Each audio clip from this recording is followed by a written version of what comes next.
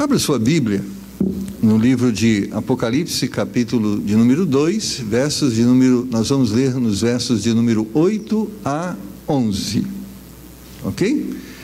Apocalipse, capítulo de número 2, e vamos ler dos versos 8 a 11. Nós temos estabelecido como propósito estar pregando sobre as 7 cartas às 7 igrejas da Ásia. Pregamos sobre a primeira carta e agora vamos falar sobre a segunda carta e carta à igreja de Esmirna. Se você encontrou, fique de pé para que nós possamos fazer a leitura. Apocalipse capítulo 2, versos de número 8 a 11. Diz-nos assim a palavra de Deus: E ao anjo da igreja em Esmirna escreve: Isto diz a primeira e a última, que foi morto e reviveu.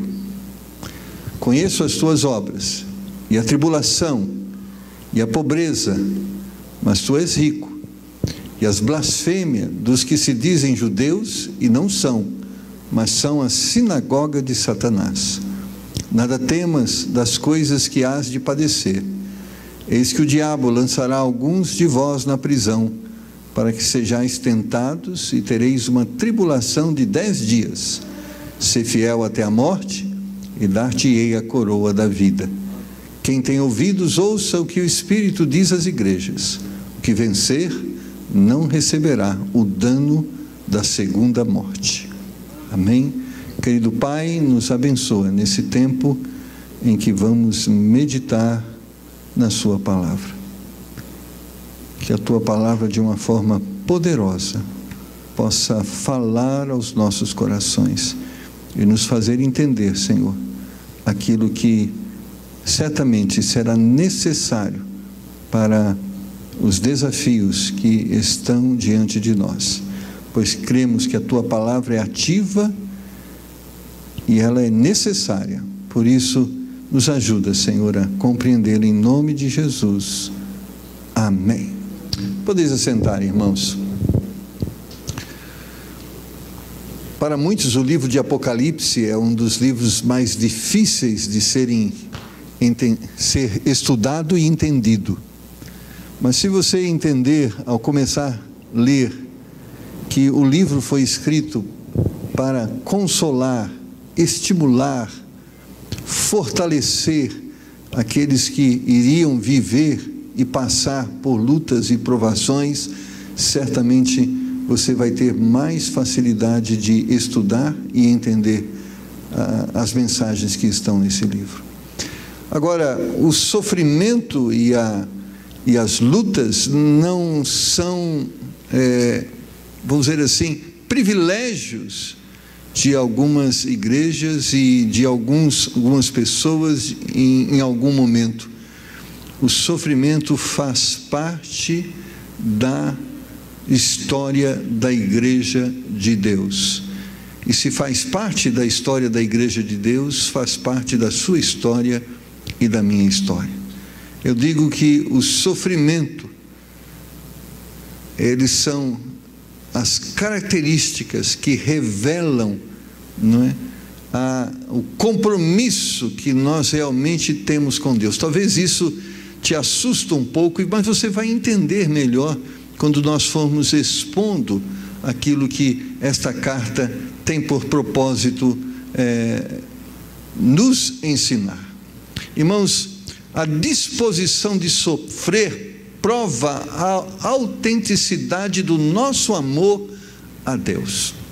Eu sei que para muitos a expectativa que nós temos do Evangelho são as expectativas relacionadas aos benefícios da fé.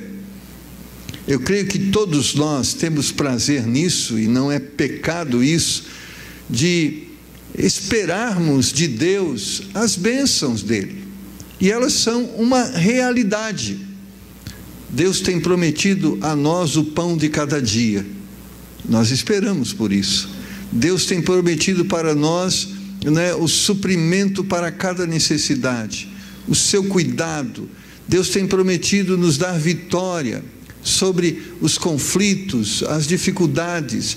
Deus tem nos consolado com a bênção da cura, a bênção do livramento e de muitas outras coisas e bênçãos que nós poderíamos aqui relacionar. Mas, irmãos, o cristianismo também envolve sofrimento, porque o cristianismo está relacionado a uma batalha espiritual. Para você entender isso, se o Brasil dissesse que a partir de hoje nós estamos em guerra com outro país e que você tivesse sido convidado a participar dessa batalha, você seria um soldado a ir para o campo de batalha, o que você poderia esperar nesse campo de batalha? É lógico que nós esperamos vitória. Eu vou lá batalhar e eu espero que a gente vença, mas também lá no campo de batalha vai haver luta, dor, sofrimento. E a vida espiritual, irmãos, não é diferente. Nós estamos envolvidos em uma batalha espiritual. Nós temos um adversário que se chama Satanás. Nós temos um contexto, um ambiente em que nós vivemos que se chama mundo. Nós temos uma composição, não é? Que se chama carne. E todas estas coisas se constituem em elementos contrários ao propósito de Deus para as nossas vidas. A nossa carne milita de forma contrária ao desejo de Deus para as nossas vidas. O mundo trabalha de forma contrária ao propósito que Deus tem para a nossa vida. E Satanás certamente é um agente que procura cada dia nos afastar de Deus e de nos afastar da sua vontade. Então, certamente como cristãos, nós queremos estar perto das bênçãos, mas não podemos fugir das batalhas. Eu creio que nós devemos nos conscientizar acerca disso e não criar falsas expectativas. O Senhor Jesus Cristo nos alertou, nos exortou, dizendo que no mundo nós teremos aflições. E é fato isso, apesar de ter prometido não faltar o pão de cada dia, apesar de ter prometido a paz que excede todo entendimento, mas também nos disse que o cristianismo estaria envolvido em um ambiente de batalha. Essa é a sua realidade. Todo dia nós temos essa batalha. Não é fácil ser cristão, não é fácil viver o cristianismo, não é fácil testemunhar diante do mundo o nosso compromisso com Deus, não é fácil manter uma vida santa diante de Deus e em testemunho diante do mundo. Por isso, a disposição de sofrer prova e autentica o amor que nós temos por Deus. E é verdade. Quando eu leio a descrição bíblica acerca do amor, eu não vejo nada que é confortável. Se você abrir em 1 Coríntios capítulo 13, ele vai dizer: o amor é sofredor, tudo suporta, tudo crê, tudo espera. Se você for lá para Gálatas capítulo 5, versículo 22, você vai ver a descrição do fruto do Espírito: mansidão, temperança, longanimidade, domínio próprio. Se você vai ver essas características do amor, elas estão presentes e elas apontam para a realidade da batalha espiritual. E é interessante, Gálatas capítulo 5, verso 22, caracteriza o fruto do Espírito e relaciona ele a cada realidade e momento que nós vivemos. Não é verdade que há momentos que nós precisamos de longanimidade, outros mansidão, outros domínio próprio, mas há momento que é gozo, que é alegria. Isso é verdade. Nós só sofremos por aquilo que amamos. Ninguém gosta de sofrer em vão, não é verdade? E o cristianismo, irmãos, traz sim um sofrimento, mas não é um sofrimento em vão. É um sofrimento por uma causa justa e por aquilo que amamos e acreditamos. E a palavra de Deus nos exorta dizendo: quem ama o Senhor vai sofrer por causa desse amor. Evidentemente, irmãos, os crentes de Esmirna não tinham perdido o seu amor inicial por Cristo, como os cristãos de Éfeso, conforme o Senhor nos mostra através da primeira carta, a carta a Éfeso. e Deus os exortava dizendo que eles haviam perdido o primeiro amor. Porque uma das coisas que faz com que nós não vivemos o cristianismo na sua plenitude é quando nós deixamos de amar a Deus na proporção que precisamos amar.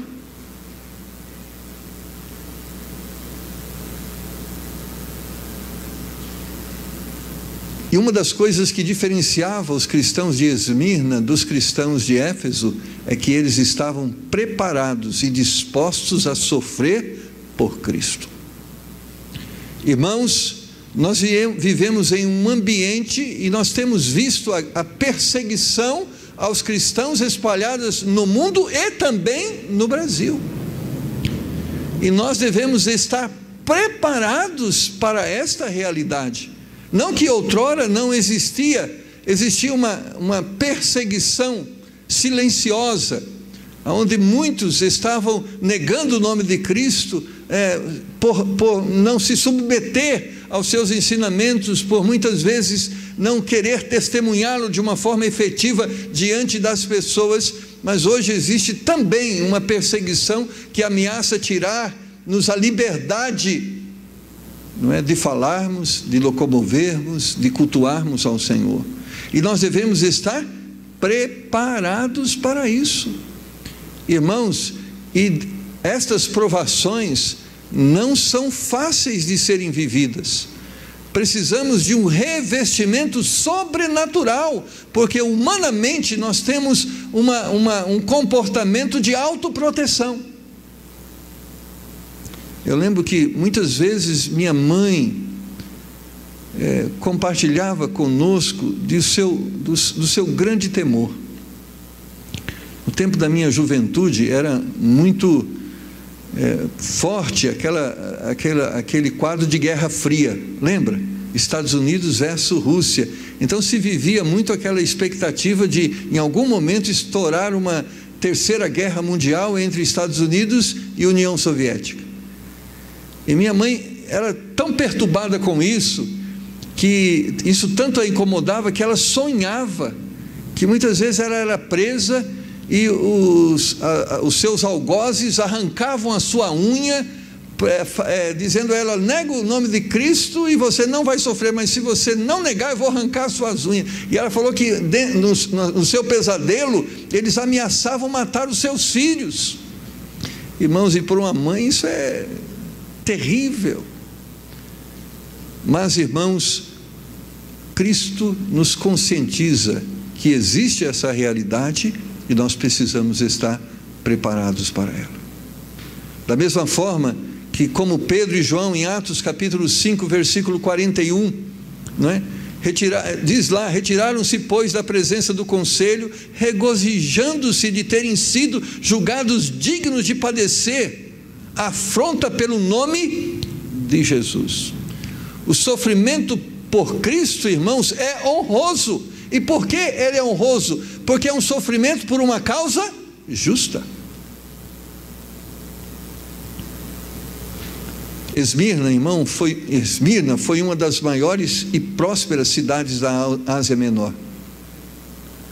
As causas da perseguição não são conhecidas, mas nós podemos imaginar. Se nós fôssemos reconstruir o ambiente daquele momento, nós poderíamos perceber algumas coisas. Roma estava, no sentido, envolvida, existia. Esmirna foi uma cidade em que foi escolhida para que se erguesse uma imagem para adoração a Roma, para a adoração aos imperadores. Por volta do ano 25, muitas cidades asiáticas estavam competindo, o ano 25 depois de Cristo, entre si para que quais delas teriam o privilégio de erigir um templo ao imperador Tibério. E sabe para quem foi dado esse privilégio? Para Esmirna. E Esmirna, e somente Esmirna, tinha o privilégio de ter na cidade um templo para adoração ao imperador Tibério. E esse era um ambiente que a igreja estava envolvido, presente. Irmãos, eu sei que também vivemos em um ambiente em que existem vários templos que adoram vários deuses. Não só a idolatria religiosa, mas também a idolatria materialista, a idolatria para a imoralidade. Nós vivemos em igual contexto. Irmãos, e viver nesse ambiente não é fácil. Se manter distante de todas estas coisas é um grande desafio. Os cristãos não podiam, em nome de honrar a Roma e ao imperador, praticar a idolatria.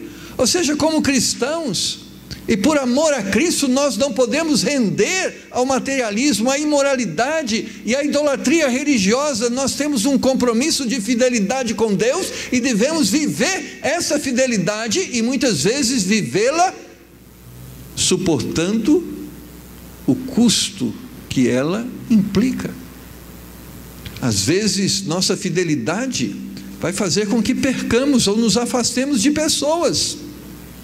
Às vezes a nossa fidelidade vai fazer com que pessoas se afastem de nós. Às vezes a nossa fidelidade vai nos privar de recursos materiais. Às vezes nossa privacidade vai nos privar de um convívio, um glamour social, Mas nós não podemos trocar Deus por nada, porque Deus vale mais do que qualquer outra coisa. E nós devemos viver nesse ambiente desta forma. Isso justifica a menção da perseguição e a oposição judaica. Nessa cidade existia hostilidade dos judeus ao Evangelho. Nesse ambiente do segundo século, quando nessa mesma cidade de Esmirna, seu piedoso bispo Policarpo foi martirizado, e lá na frente nós vamos mencionar isso. Esta carta se identifica com as marcas da igreja de Cristo, do verdadeiro amor que o homem deve ter por Deus e por sua obra. Então nessa carta nós temos algumas das características da igreja de Deus, que são mencionadas aqui e que nós devemos observá-las e ver se estas marcas também existem em nós. A igreja de Deus, irmãos, ela tem características que a identificam como igreja de Deus, como também a Bíblia vai nos mostrar características das igrejas que não são de Deus. Mas nessa carta, a igreja de Esmirna, Cristo cita características que existem e devem existir na igreja de Deus, na igreja verdadeira. A primeira delas, uma das características que existem e devem existir na igreja de Deus, no versículo de número 9, nós lemos: conheço as tuas obras e tribulação. Em nenhum momento, irmãos, a igreja de Cristo viverá em meio a um ambiente confortável, sempre será de tribulação, de luta constante. Irmãos, nós somos a oposição ao mundo, nós somos a voz que clama contra o pecado, nós somos a igreja que representa o caráter de Deus, e viver essas verdades nesse ambiente não é fácil. As pessoas procuram um cristianismo de conformidade. É interessante isso. É muito comum as pessoas não quererem igrejas que são muito firmes na Bíblia, porque são igrejas que não concordam com muitas coisas que elas não querem abrir mão. Por isso, foram se abrindo algumas igrejas que, por exemplo, aceitam a bebida, que, por exemplo, aceitam a imoralidade, que, por exemplo, aceitam outras coisas, porque muitas vezes as pessoas não querem um compromisso real com Deus.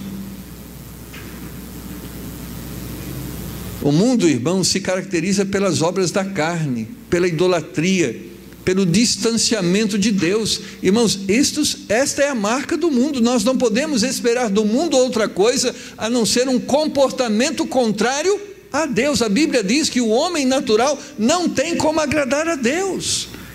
Não podemos esperar de pessoas que estão no governo, não podemos esperar das pessoas que estão à nossa volta, que não são cristãs, que não têm um compromisso com Deus, não podemos esperar delas um caráter cristão, uma conduta cristã, ou podemos esperar? É natural que essas pessoas que são contrárias à fé se comportem de uma forma contrária à fé. E por isso, irmãos, nós somos um povo que Jesus diz que nós estamos no mundo, mas não somos do mundo, porque nós somos contrário a estas coisas. E a igreja de Deus é uma igreja que manifesta essa contrariedade. Então, como igreja, irmãos, nós temos que entender que esse é o contexto nosso, esse deve ser o nosso comportamento. Você está achando o mundo maravilhoso? As pessoas sensacionais? Tudo está maravilhoso para você? Então, talvez você não está vendo a coisa da forma que precisava ver.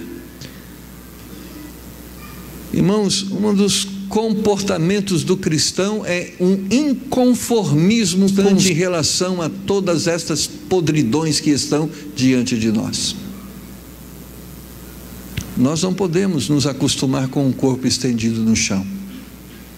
Não podemos nos acostumar com a infidelidade conjugal. Não podemos nos acostumar com a injustiça.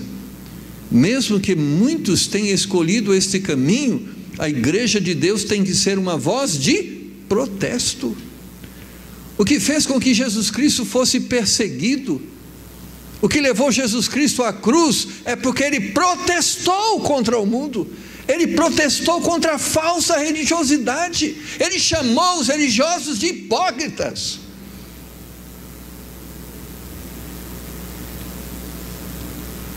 A Bíblia diz: se nós queremos ser amigos do mundo, nós nos constituímos inimigos de Deus.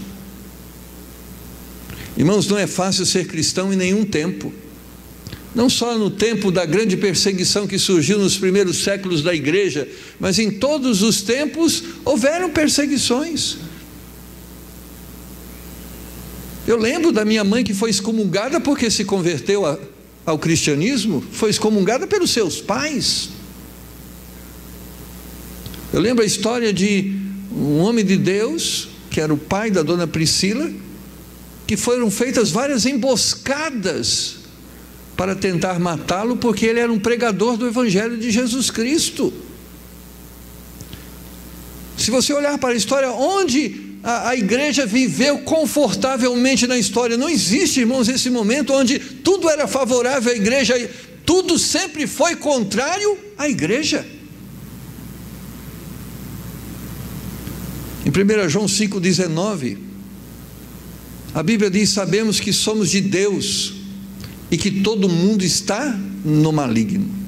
É isso que João diz. Nós somos de Deus e o mundo do diabo. Irmãos, o mundo está no diabo. Então, por isso, nós enfrentamos essa tribulação. Não é a tribulação de faltar o pão, porque o pão está na nossa mesa, amém? Não é a tribulação porque não temos o que vestir, porque você está vestido. Não é a tribulação porque não tem uma casa para morar, porque Deus tem te dado um abrigo. Sabe qual é a tribulação? É viver a fé cristã nesse mundo contrário à fé cristã. Pessoas vão zombar de você, pessoas vão te caluniar, pessoas vão te perseguir, e às vezes pessoas vão te maltratar. E Jesus disse: faz parte da fé cristã, faz parte da nossa história, faz parte da história da igreja de Deus. Agora, se você não quer compromisso com Deus, você não vai passar por isso. Isso vai ser fácil, porque aquele te induz à mentira e você mente, aquele te induz ao vício e você cede, aquele te chama à prática do pecado e você se abre ao pecado. Então, para esse não tem dificuldade. Então não é difícil para a Gretchen dizer que é crente. Que oposição ela se sente, em que ambiente ela se sente ameaçada com respeito à sua fé cristã? Nada. Mas aqueles que querem realmente viver a fé cristã vão observar que tudo à sua volta é contrário àquilo que Deus tem colocado ao seu coração. E isto é difícil. E sabe por que é difícil? Porque às vezes é o cônjuge que é contrário, às vezes são os filhos, às vezes é o vizinho. Não estou falando do mundo, porque às vezes a oposição à fé está dentro da nossa casa. E como é difícil isso.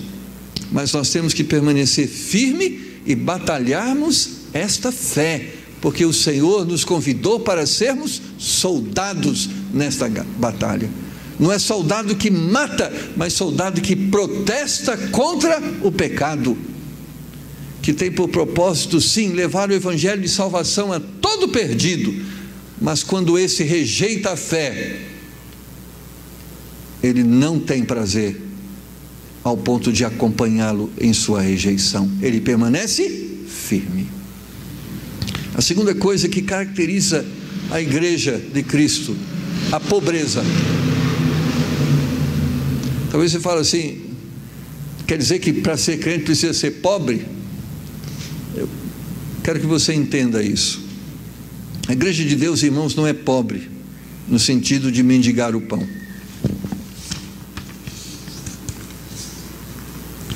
Ela faz uma opção pela pobreza. Você precisa entender isso.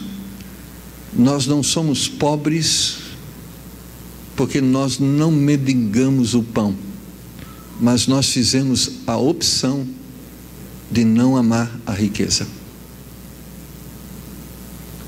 Nós aceitamos o desafio de Deus, que está escrito em Mateus 6, 19 e 21, de não acumular tesouros terrenos. Como diz lá, não ajunteis tesouros na terra, onde a traça e a ferrugem tudo consomem, onde os ladrões minam e roubam, mas ajuntai tesouros no céu, aonde nem a traça nem a ferrugem consomem, aonde os ladrões não minam nem roubam, porque aonde estiver o vosso tesouro, aí estará também o vosso coração. Nosso coração está no céu, nosso coração não está na terra. Portanto, nós estamos ajuntando tesouro no céu, e para juntar tesouro no céu tem que abrir mão do tesouro da terra. Jesus vai dizer, não dá para adorar a mamão e a Deus, não dá para amar a riqueza e o céu. Ou seja, a opção da pobreza significa, nós vamos receber os recursos, mas vamos usá-los para a glória de Deus. Nós vamos receber os recursos, mas vamos investi-los no reino. Nós não estamos preocupados na segunda, na terceira, na quarta casa. Nós não estamos preocupados pelos anéis de diamante, pelos brincos de ouro. Nós estamos preocupados com as almas perdidas. E quando alguém está preocupado com as almas perdidas, ele não tem prazer em acumular riquezas terrenas. Amém? É verdade. A igreja de Deus faz a opção pela pobreza, no sentido que ela não aceita o enriquecimento ilícito. Houve vários momentos da igreja, inclusive certamente houve na história dessa igreja, onde os cristãos, se eles optassem em adorar a Tibério, em adorar a deusa Roma, eles poderiam ter tudo.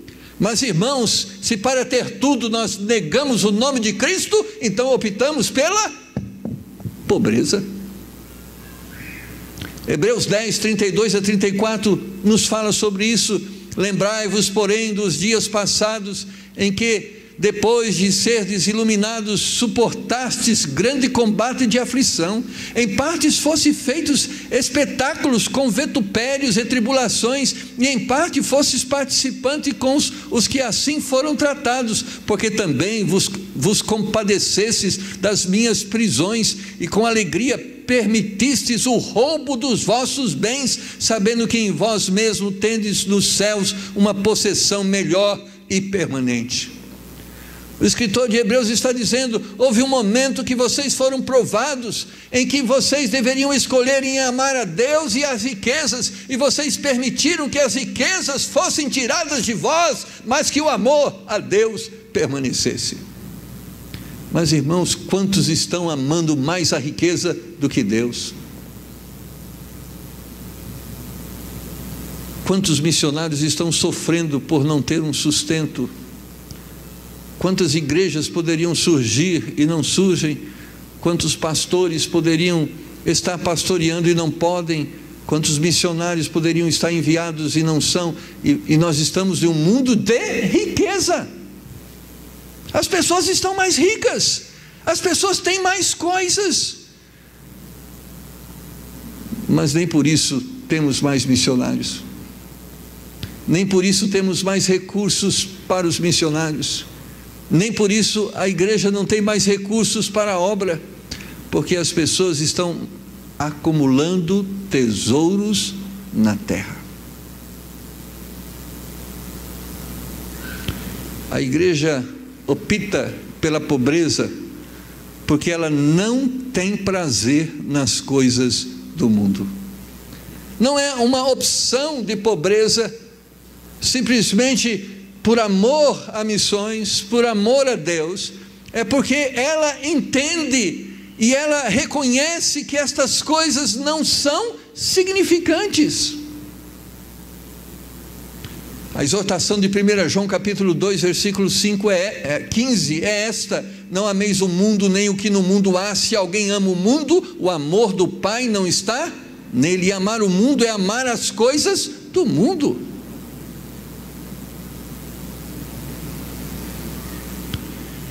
E amar as coisas do mundo é viver para elas. Porque Jesus diz: aonde estiver o seu tesouro, estará o seu coração. Irmãos, como é interessante. Nada contra estudar, nada contra trabalhar, amém, vamos estudar, vamos trabalhar, vamos nos capacitar, vamos crer que Deus vai abrir uma porta maior e o salário vai ser maior, amém. Mas quão triste é quando a única visão que nós temos para a nossa prosperidade é buscar uma vida melhor para nós no mundo. Essas características, irmãos, estiveram presentes nas igrejas de ontem e devem ser as características da igreja de hoje e devem ser as características da nossa igreja. Nós devemos ter por opção a pobreza. No sentido, pastor, tem que vender meu carro. Não estou dizendo isso. A pobreza no sentido de não ajuntar tesouros na terra, mas ajuntar tesouros no céu. E por isso, irmãos, o ilícito deve ser rejeitado e o prazer do mundo, no mundo, deve ser evitado. Amém? A terceira coisa, a difamação. Mas Satanás é terrível. Satanás tem dois propósitos: fazer-nos pecar. Agora, o prazer dele maior não é fazer-nos pecar, é mostrar o nosso erro. Porque Satanás é assim. Chega para você e diz: Regiara, fala mal daquela pessoa, ela não presta, Regiara. Regiara, tá bom, ela não presta, não gosto dela. Aí tu não está vendo a crente lá? Falou mal do irmão. O prazer de Satanás é este. Ele quer nos levar ao pecado, mas o seu maior prazer é colocar, depois que pecamos, a gente num lugar bem alto para que todos vejam. Porque eles conhecem Deus, eles sabem que Deus não põe nada debaixo do tapete. Deus levanta o tapete e mostra. E ele sabe disso, todo mundo vai saber. É verdade. Você prestou atenção? Irmãos, desculpa eu falar isso, nós não perseguimos pessoas que fazem opção por práticas contrárias à fé cristã. Cada um faz da sua vida o que quiser. Se a pessoa quer ser homossexual, se a pessoa quer descasar e casar, cada um vai dar conta diante de Deus. Agora, se matassem 10 homossexuais lá o exército muçulmano matasse 10 homossexuais, direitos humanos se levantaria, o mundo se levantaria para protestar, mas matou 50 cristãos. Alguém fala nisso?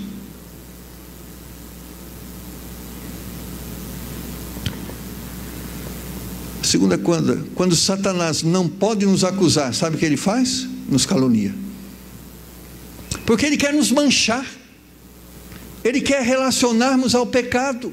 Então o que ele faz? Nós estamos procurando fazer direito, mas vai haver uma pessoa que vai falar de você o que você não é, e vai falar que você fez o que você não fez, porque é isso que Satanás é. Mateus 5, 11 e 12, Jesus esclarece sobre isso. Ele diz: bem-aventurados sois vós, quando vos injuriarem, perseguirem, mentindo, disserem todo mal contra vós por minha causa. Exultai e alegrai-vos, porque é grande o vosso galardão nos céus, porque assim perseguiram os profetas que foram antes de vós. Então Satanás vai arrumar um jeito de manchar você com alguma coisa. Mas você deve entender que isso faz parte do ministério dele. Você já foi caluniado? Já falaram mal de você injustamente? Entenda, faz parte da estratégia de Satanás. Ele quer fechar sua boca. Ele quer impedir que o nome de Deus seja glorificado através da sua vida. Mas sabe o que você deve fazer? Que naquilo que falam mal de vós, sejam confundidos pelo seu bom porte. É o que a Bíblia diz. Não adianta você discutir com a pessoa que está dizendo que você é mentiroso. Não adianta discutir. Deixa que as pessoas reconheçam quem é o mentiroso. Sabe como as pessoas vão reconhecer quem é o mentiroso? Quando a verdade se manifestar. Não tenta se auto-justificar, deixa que Deus te justifique. Não tente se auto-promover, deixa que Deus te promova. Deixa que as tuas obras falem e não a sua boca. Deixa que as tuas obras te defendam e não os seus lábios. Deixa que as pessoas vejam quem é você e quem são as pessoas. Porque não adianta provar para a pessoa que pensa mal de nós com palavras, elas precisam ver atitudes. Irmãos, o homem tem uma inclinação muito forte para ser maldizente, é verdade. Se nós formos formar um grupo aqui, 2 grupos nós vamos formar. Irmão, quem aqui sabe alguma história de alguém, alguma coisa ruim que fez e quer contar? Nós vamos fazer um grupo ali, pessoas que sabem história dos outros, história ruim, e vamos formar um grupo aqui. Quem sabe coisa boa das pessoas, vai fazer outro grupo aqui. Qual grupo será maior, você acha? Não, pastor, é o que sabe falar, que fala o bem das pessoas. Não é verdade. Às vezes você encontra 10 pessoas que apontam os erros das pessoas e não encontra um que reconhece uma virtude. Fazer o teste. Andréia, relaciona os defeitos do Leonardo. Não, agora as virtudes. Espera aí, deixa eu pensar. Porque a gente tem uma inclinação natural de falar mal das pessoas. A gente só olha o lado ruim, a gente tem essa inclinação, irmãos, e isso é uma atitude que se relaciona ao caráter satânico, porque a Bíblia diz que o diabo é acusador, e sabe, quando nós nos comportamos dessa forma, nós nos tornamos servos de acusação, ou seja, sabe aquela pessoa que fica do lado do juiz, o promotor público, o advogado de defesa diz: excelência, ele é inocente. O promotor diz: é culpado.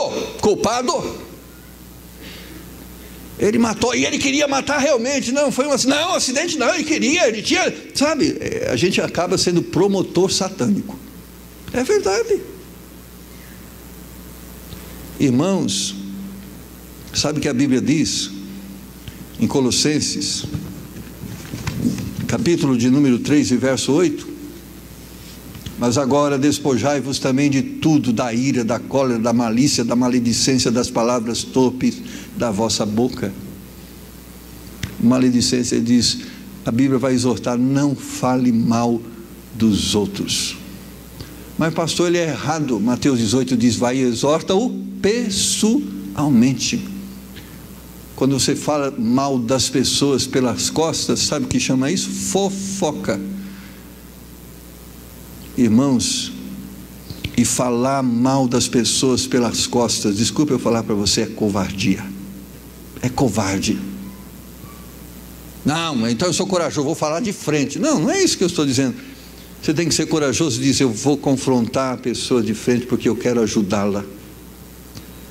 Irmãos, a Bíblia condena a maledicência. A maledicência é pecado. E sabe o que é maledicência? É falar mal dos outros. A quarta coisa que caracteriza a igreja de Cristo, estão relacionando aí? A primeira dela qual é? Tribulação. A segunda, calúnia. A igreja de Cristo vai ser caluniada, porque o diabo não quer que a luz de Cristo brilhe, e ele vai tentar ofuscá-la, seja levando-a ao pecado, e quando ele não conseguir, será caluniando. É isso que o diabo vai fazer com você. Se ele não conseguir te levar ao pecado, ele vai caluniar. Ele vai levantar falsos testemunhos. Não foi assim com Jesus Cristo? Ele fez tudo certo, mas no dia do julgamento tinha acusadores de Jesus na frente de Pilatos, não tinha? Tinha caluniadores. E Jesus diz: a quarta coisa, irmãos, é prisão. Dos mais baixos degraus do sofrimento por amor de Cristo é quando somos privados de nossa liberdade. E sabe o que a gente deve fazer, irmãos? Devemos estar prontos para isso. Você está pronto para ser preso por amor a Cristo? Está pronto? Nós devemos estar prontos. A prisão não é honrosa, mas ser preso por amor a Cristo é honroso. Isso se dá, irmão, quando temos que escolher entre amar a Deus e amar o mundo. Quando estivermos nesse momento da encruzilhada entre temos que escolher e amar a Deus e amar o mundo, amar a Deus e amar a liberdade com o mundo, chegou o momento que nós vamos ter que escolher amar a Deus. Mateus capítulo 8, Marcos 8, 35 está escrito: porque qualquer que quiser salvar a sua vida, perdê-la-á, mas qualquer que perder a sua vida por amor de mim e do Evangelho, esse a salvará. Porque o nosso comportamento mostra quem nós amamos. Nós estamos muito acostumados a um amor poético. Sabe amor poético? Ler uma poesia, bonito, né? Mas o amor que Cristo espera ver em nós é o amor prático, que é falado, que é testemunhado, que é vivido. Mas a prisão por amor a Deus, irmãos, não nos leva à angústia, mas à alegria. Foi na prisão suíça que William Booth, fundador do Exército da Salvação, e o pastor Alexandre citou, escreveu um dos seus mais belos hinos. Ele dizia que a prisão era como o céu, porque na prisão ele estava com Cristo. Você pode estar no palácio, mas sem Cristo é uma masmorra. Mas você pode estar numa masmorra, mas se estiver com Cristo, você está no palácio. Mas infelizmente muitos têm trocado Cristo pelos palácios.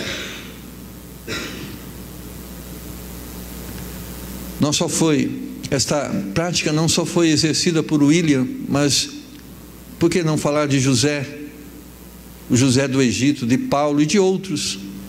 Porque a liberdade conseguida por negar a Cristo tornará uma prisão que nos separa de Cristo. Você entende isso? A liberdade conseguida por negar a Cristo se tornará uma prisão que vai nos separar de Cristo.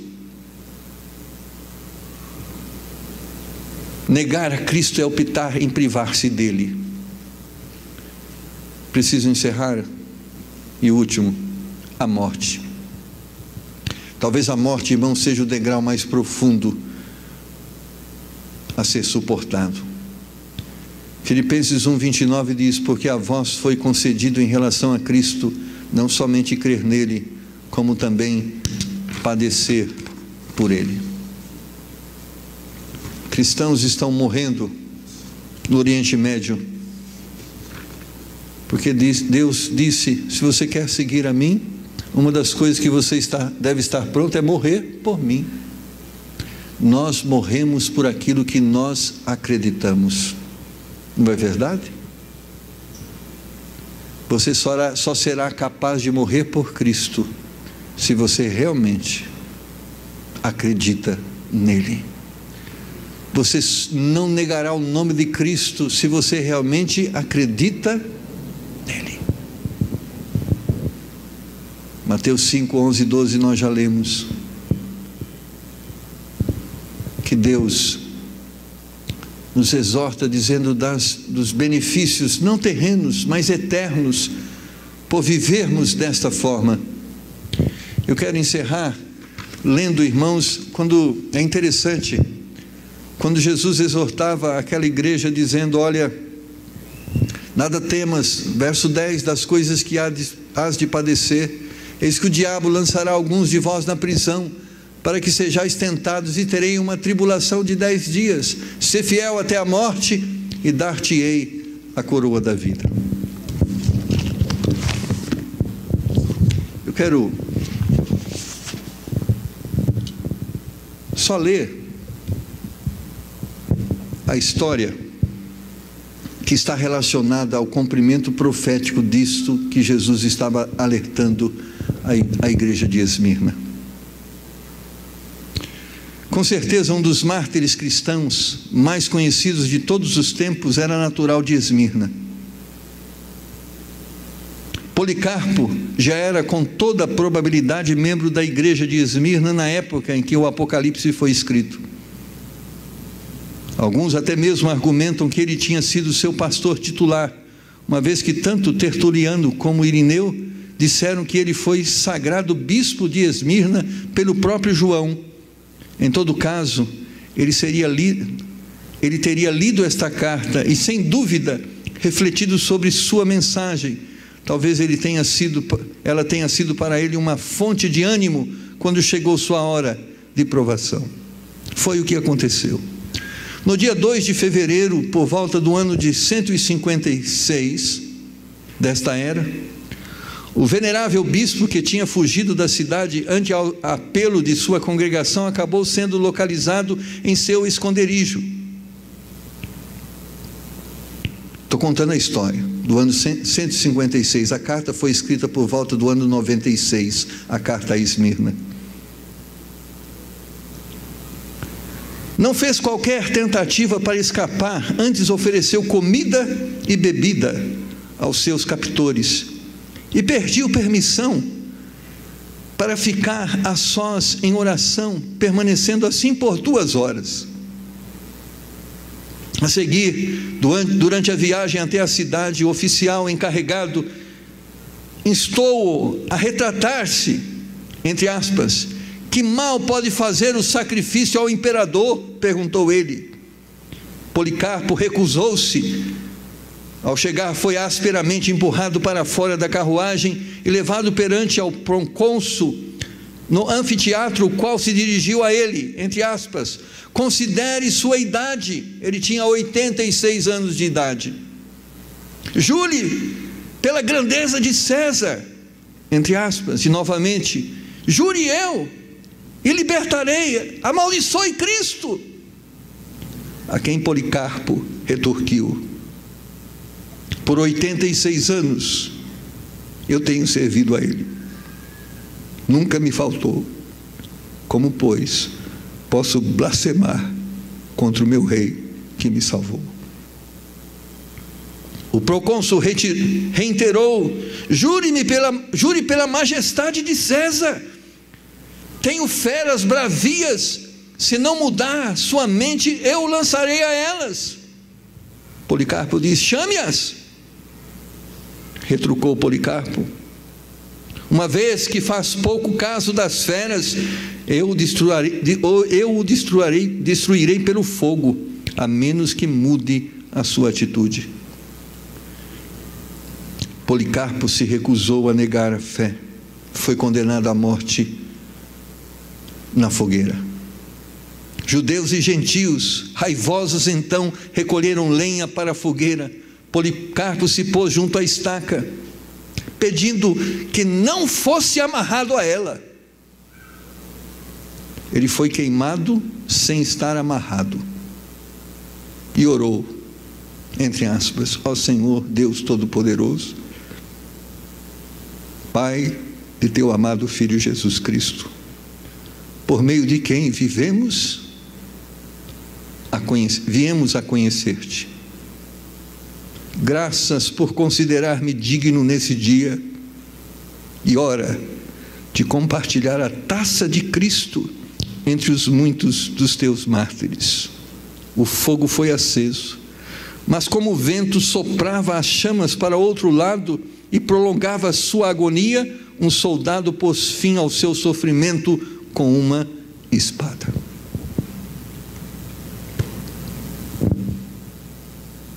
Isso no ano 156, por volta de 60 anos depois que essa carta foi escrita. Um dia a sua fé vai ser provada e ela vai revelar o quanto você ama a Deus. E a palavra de Deus exorta você nessa noite e diz a você: nada tem mais valor do que Deus. Nada tem mais valor do que a vida eterna. E o conselho de Deus é: não negue o nome dEle. E o consolo dEle é: ser fiel até a morte e dar-te-ei a coroa da vida. Porque aquele que quiser ganhar a sua vida, perdê-la. Você tem negado o nome de Cristo? Talvez você tenha negado o nome de Cristo diante dos seus amigos. Eles não te conhecem como cristão. Talvez diante dos seus amigos as suas atitudes não são de um cristão. Arrepende-se e jure fidelidade a Deus. Honre ao Senhor. Talvez isso vai lhe trazer sofrimento. Suporte o sofrimento, porque a bênção do sofrimento é que você vai escapar da segunda morte. Mas talvez você possa querer escapar do sofrimento, mas sabe a consequência? O lago de fogo e uma vida eterna de sofrimento e dor. Talvez o que a vida lhe separa para estes anos, poucos anos que você vai viver, sejam anos de tribulação, de calúnia, de perseguição, de sofrimento, de dor e, por que não, talvez prisão ou até mesmo a morte. Morra por Cristo. Permita ser privado da sua liberdade por Cristo, por causa de Cristo. Sofra as calúnias por causa de Cristo.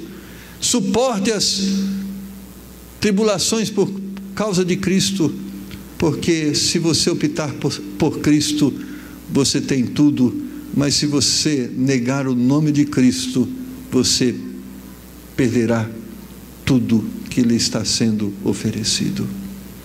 Abaixe sua cabeça e vamos orar. Pai, da mesma forma que esta carta exortou os crentes de Esmirna a respeito de fidelidade ao Senhor, de compromisso ao Senhor, nesta noite o Senhor também nos exorta.